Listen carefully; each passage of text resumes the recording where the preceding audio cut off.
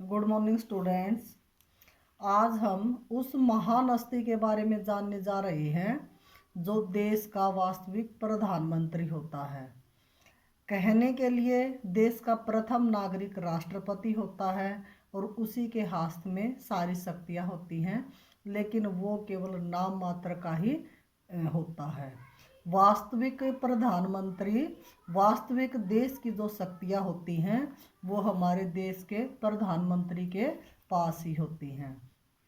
आज हम जानेंगे कि अब तक हमारे प्रथम प्रधानमंत्री कौन से थे, दूसरे कौन से थे, उसके बाद सीरियल में आज तक कितने प्रधानमंत्री रहे हैं और किस किस ने क्या क्या कार्य किए हैं।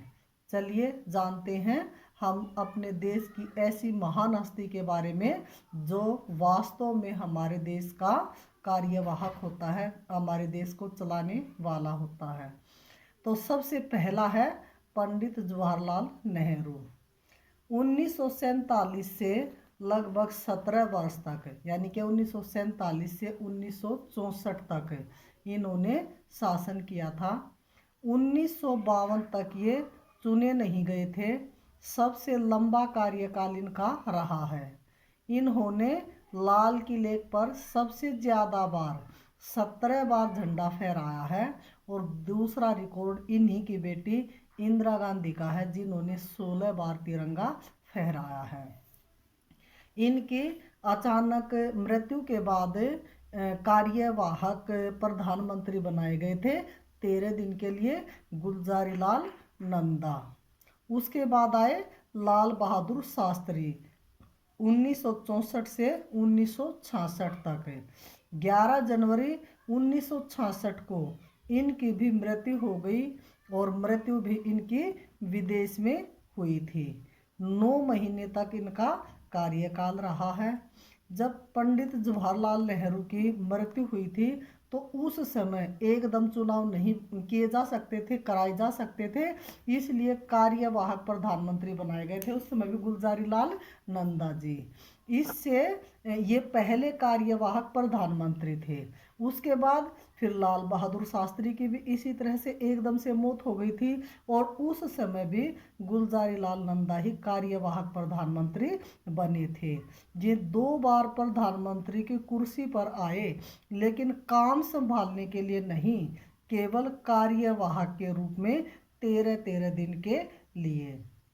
उसके बाद है इंदिरा गांधी 1966 से 1977 तक। ये भारत रत्न प्राप्त करने वाली पहली महिला हैं। 1971 में इन्हें भारत रत्न मिला था। ये वो समय है जब भारत में अनुच्छेद 352 के तहत अंतिम बार आपातकाल की स्थिति आई थी, आपात की घोषणा की गई थी। भारत रत्न की शुरुआत 1954 में हुई थी और केवल जीवित लोगों को ही ये भारत रत्न दिया जाता था। मरने के उपरांत भारत रत्न प्राप्त करने वाले लाल बहादुर शास्त्री थे, जिनको 1966 में ही इनकी मृत्यु हुई थी और 1966 में ही भारत रत्न इनको दिया गया था। उसके बाद अगले प्रधानमंत्री हैं मोरारजी देसाई। मोरारजी देसाई पहले गैर कांग्रेसी प्रधानमंत्री थे। इनका कार्यकाल 1977 से 1979 तक है। ये वो प्रधानमंत्री थे जिन्होंने अपने पद से इस्तीफा देकर हटे थे। ये पहले प्रधानमंत्री थे जो इस्तीफा देकर अपने पद से हटे थे। उसके बाद अगले प्रधानमंत्री चौधरी चरण सिंह। यूपी के जाट परिवार के उच्च घराने में ये पैदा हुए थे और किसान परिवार से ये संबंधित थे। इनका जन्म भी किसान दिवस के रूप में ही मनाया जाता है, 23 दिसंबर। जब ये पीएम बने थे तो इन्होंने कहा था कि मैं किसी के दबाव में आकर काम नहीं करूँगा, लेकिन पीएम बने हुए 6 महीने ही नहीं हुए थे कि इनके ऊपर दबाव पड़ने लगा और 6 महीने में ही 14 दिन कम थे तभी इन्होंने अपने पद से इस्तीफा दे दिया। 28 जुलाई 1979 को ये बने थे और 14 जनवरी 1980 को इन्होंने इस्तीफा दे दिया। और इस्तीफा देने का कारण बताया कि मेरे ऊपर दबाव बना जा रहा था और मैं दबाव में कोई भी काम नहीं कर सकता। ये ऐसे प्रधानमंत्री थे जिन्होंने कभी लोकसभा का सामना नहीं किया था। मोरारजी देसाई और चौधरी चरण सिंह एक ही पार्टी के प्रधानमंत्री थे और मोरारजी देसाई ने मोरारजी देसाई से इस्तीफा लिया गया था और चौधरी चरण सिंह ने इस्तीफा खुद दिया था और फिर ये कहा था कि मेरे कामकाज करने के लायक स्थिति नहीं है। ये इन्होंने अपने इस्तीफा देने का कारण बताया था। उसके बाद अगली प्रधानमंत्री बनी श्रीमती इंदिरा गांधी, जो 1980 से 1984 तक रही। 15 अगस्त 1982 में कलर टीवी की शुरुआत हुई थी। सबसे बड़ा बैंक जो गांव में पूंजी उपलब्ध करवाता है वो है नाबार्ड बैंक, जो 1982 में ही बना था। गांव में सबसे बड़ा बैंक पूंजी मुहैया करवाने वाला आज तक भी इससे बड़ा नहीं बना है। और खेल क्षेत्र में भी ये सबसे अच्छा दौर था। यानी कि जैसे पहली बार जब इंदिरा गांधी प्रधानमंत्री बनी थी तो उस समय कुछ कंडीशन इनके खिलाफ थी, इनके विपरीत थी और जिनके कारण ये ज़्यादा लंबे समय तक जो है प्रधानमंत्री के पद पर नहीं रह पाई। जैसे आपातकाल की स्थिति भी वहाँ पर लागू हुई थी और इनको पहला भारत रत्न दिया गया था। उस समय ये खुद प्रधानमंत्री के पद पर थी जब इनको ये अवार्ड जो है वो दिया गया था। अब की बार इनके समय में कुछ ऐसे अच्छे कार्य हुए जिनके कारण इनकी पैठ दोबारा से हो गई। दुनिया में दो सबसे बड़े गेम, पहला ओलंपिक और दूसरा एशियन गेम है। आज तक हम लोगों ने 2 बार एशियन गेम अपने देश में कनेक्ट करवाए हैं। पहले नेहरू जी के समय में हुए थे जो 1951 में और दोबारा 1982 में जब इंदिरा गांधी पीएम थी। कॉमनवेल्थ गेम भारत में एक ही बार हुए हैं। कॉमनवेल्थ गेम 2010 में हुआ था और क्रिकेट वर्ल्ड कप पहली बार कपिल देव की कप्तानी में 1983 में भारत के नाम हुआ था और 1982 में वैज्ञानिकों ने एटलांटिक में अपना एक रिसर्च सेंटर बनाया जिसका नाम दिया गया दक्षिणी गंगोत्री। इस समय सब कुछ सही चल रहा था, लेकिन इसी दौरान 1983 में एक खास धर्म के लोगों का ग्रुप अमृतसर के गोल्डन टेम्पल में चले आया और उन्होंने कहा कि हम यहाँ से नहीं निकलेंगे और ये इलाका हमारा है।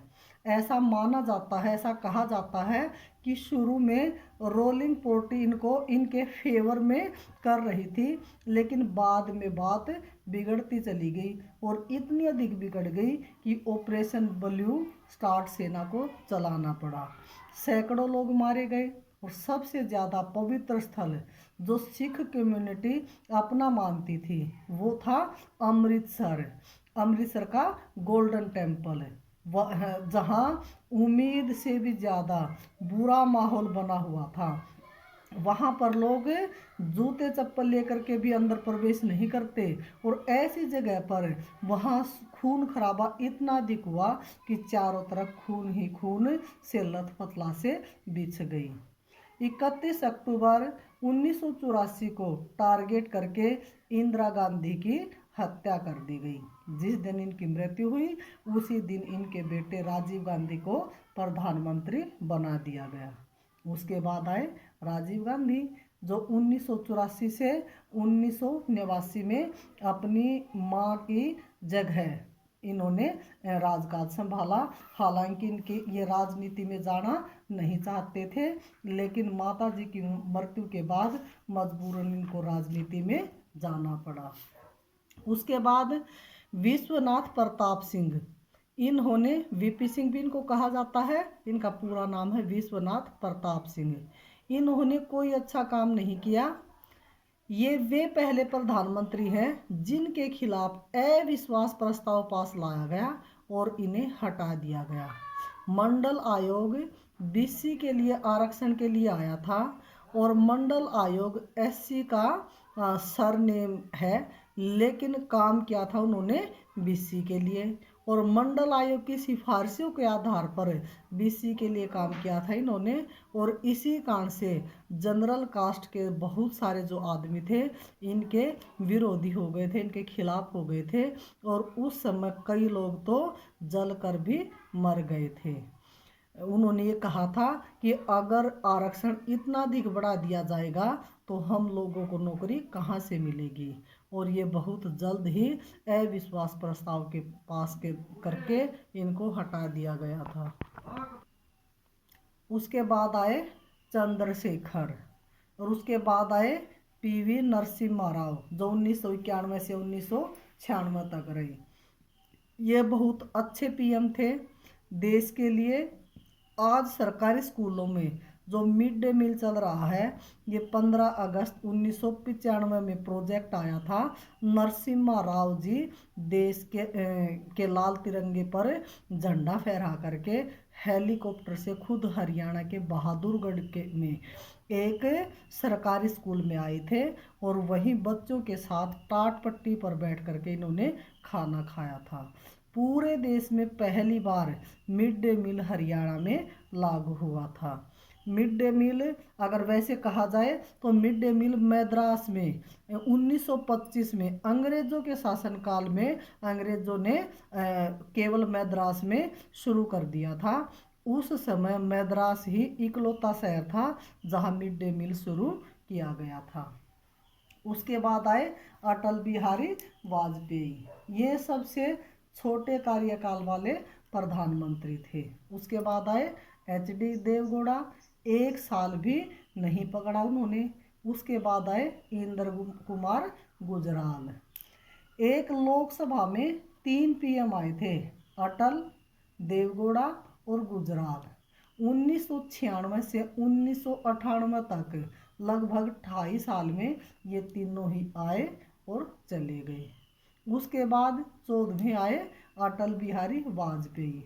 अब की बार 1 वर्ष से कुछ ज़्यादा, यानी कि 1998 में ये आए और 1999 में फिर चले गए।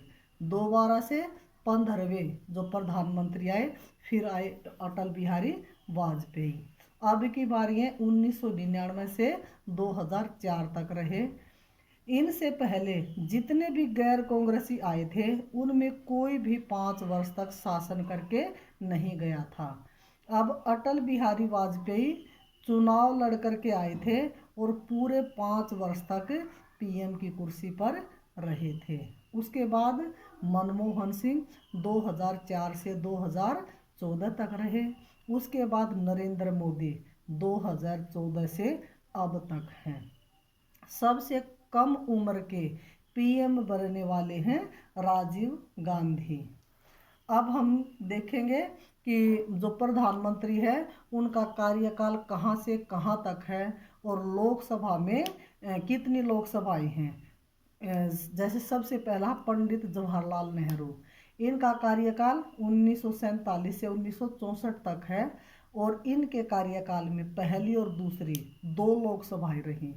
उसके बाद लाल बहादुर शास्त्री 1964 से 1966 तक तीसरी लोकसभा इनके कार्यकाल की थी। उसके बाद इंदिरा गांधी 1966 से 1977 तक चौथी और 5वीं लोकसभा इनके शासनकाल में थी। उसके बाद मोरारजी देसाई 1977 से 1989 तक 5वीं लोकसभा ही इनके शासनकाल में चल रही थी।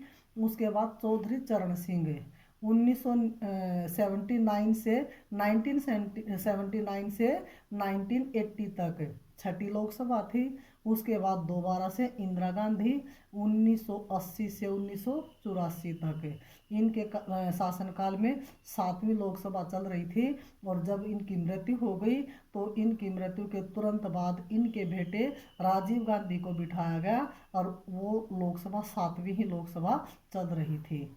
उसके बाद राजीव गांधी 1984 से 1989 तक ये कुछ समय तक 7वीं लोकसभा में रहे और उसके बाद आई 8वीं लोकसभा। उसके बाद वीपी सिंह और चंद्रशेखर चंद्रशेखर, इनके शासनकाल में ये दोनों ही 9वीं लोकसभा में रहे थे। उसके बाद पीवी नरसिम्हा राव 1991 से 1996 तक, इनके शासनकाल में 10वीं लोकसभा थी।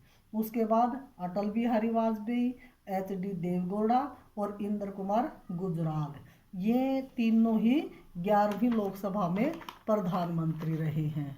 उसके बाद अटल बिहारी वाजपेयी, ये 12वीं लोकसभा के प्रधानमंत्री रहे हैं। उसके बाद फिर दोबारा से अटल बिहारी वाजपेयी 1999 से 2004 तक, ये 13वीं लोकसभा के प्रधानमंत्री रहे हैं। उसके बाद मनमोहन सिंह 2004 से 2014 तक, ये 14वीं और 15वीं लोकसभा के प्रधानमंत्री रहे हैं। उसके बाद आए नरेंद्र मोदी, जो 2014 से अब तक हैं और 16वीं और 17वीं लोकसभा के ये प्रधानमंत्री रहे हैं। इस प्रकार से आज तक के प्रधानमंत्री और जो लोकसभाएं आई हैं उनके बारे में आप जाना। उम्मीद करती हूँ कि आपको ये अच्छी तरह से समझ में आया होगा। Thank you.